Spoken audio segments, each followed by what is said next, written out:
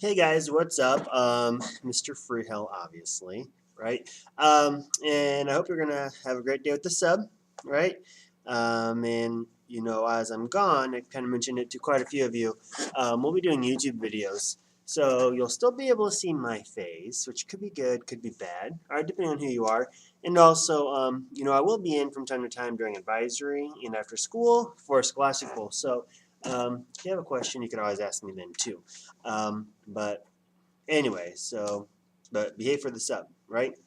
And I know I talked about this last week, or actually this week, right, on Tuesday and Wednesday, about how, so we're starting our research investigation, right, over the Industrial Revolution, right? And we're talking about, was the Industrial Revolution really a revolution, and like how did it really change the U.S., right? Because today we sit here and we look at the U.S., and you might not think the U.S. is that different than other places, but of course it's because we, including myself, haven't really been able to travel to see other places.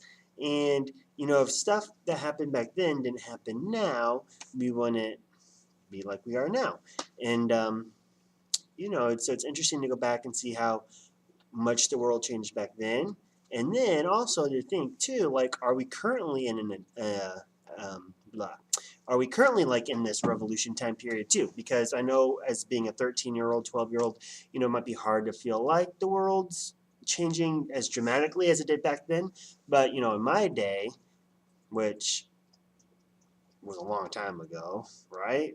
In my day, we still had internet that you had to get through a phone line, and when I say phone line, it actually ran through your house, and it took forever to connect. And then if someone called your house, it kicked you off the internet, and it was really, really, really crappy. Like, I really promise you. And now today, it's like if the Wi-Fi goes down, it's the end of the world, and your phones connect to everything, and everything's connected to everything, and it's like, and I'm only 30, so that was like 10, 12 years ago, 13 years ago, whatever, 15, like how much the world changed in my lifetime and in your lifetime. So maybe we're still currently in one, but we're going to look at what we would call the first one, or we are, right, looking at what we call the first one. And so today's focus is going to be on what the topics of nationalism versus sectionalism, right? And pretty much what that means is back in this time period, so 1812 to you'd argue 1860 probably, which was the Civil War, is kind of the time period we're looking at, right? And nationalism is the idea that so we're living here. So close your eyes. Imagine we're living in 1830 South Carolina, okay, or whatever country you picked. Whatever state you picked. So you would, at the time, start to feel around 1812, right, like you were part of the United States, okay, in some way, right? Like, during colonial America, it was always like your colony was first. So you weren't like an American, you were a New Yorker or a Virginian, right? Like, that was the mindset. And it was always like that state or that colony was like your identity. And then around 1812, after the War of 1812, right, people started to say like, hey, you know what, the U.S. is really going to be a country. We have the power to stay around for a while. We defeated Britain twice, but really, did we beat them the second time? I don't know. That's up to you. But anyway, so you start to get the idea of nationalism, like, hey, we are a country together, right? And that's also helped by like transportation, because in 1812 or before that, you were lucky if you left the colony or the state that you lived in. So Virginia was home to you because you lived your whole life in Virginia, and your family probably did too, or New York or whatever. And around this time period, transportation changed, right? Like, we start to get trains, which you might not think trains are cool now, but back then, like, trains are awesome. And I don't know about you, but the only reason why I care about railroads nowadays is because on Monopoly, I want to own all 4 railroads. But they were a huge deal back then. They're still a big deal today. But I like reading Railroad, or the reading one on Monopoly. That's my favorite one. Okay.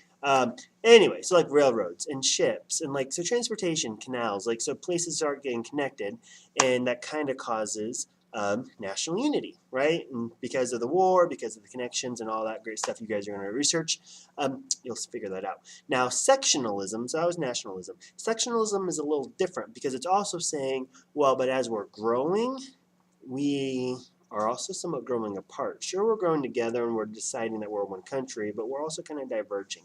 And like, I guess I kind of take that when I look at my kids, for example, which is why I'm not here. Okay, sectionalism is like what makes you different from all the members of your family. Okay, so you're still your family, or part of your family, I should say. Okay, but sectionalism is like, okay, we're also figuring out what makes South Carolina, and what's important to South Carolina versus the whole country. And of course, South Carolina cares about that part more than the whole family or the whole country part. And I mean, hopefully, in my example with family, I'm hoping we always care about the family the most. But states were kind of, and struggle with this too, like the needs of yourself versus maybe the needs of your family, and like how you balance that. Because of course you want to do what you're interested in and what you're passionate about, and what you need and what you want. Like you're going to put that up, and you're really going to care about that.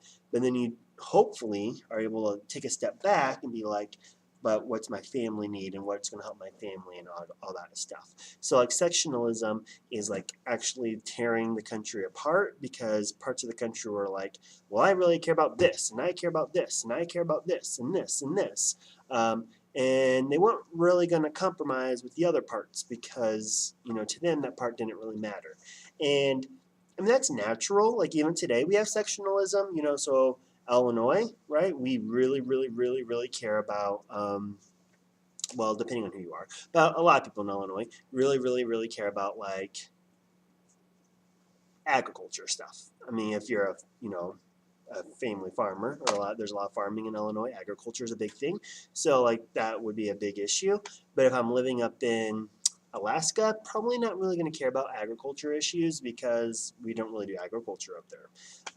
But then off Alaska, you're going to maybe really care about drilling for oil. Well, in Illinois, I'm not really going to care about that. So, I mean, that's like the idea that, you're kind of struggling with what you personally care about. So like Illinois agriculture and stuff like that versus maybe what the whole family needs, or looking at issues like the whole family is looking at, kind of like Alaska with oil or California with immigration, like in tackling all the issues and stuff.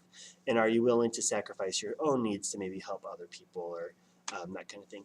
And so states were struggling with that idea. All right, and that's called sectionalism. Sectionalism. So sectionalism and then nationalism, all right, is kind of the big focus of that unit, right? Where we're becoming one country, but then also there's things that are kind of slowly ripping us, apart. And obviously this will lead to one huge major event.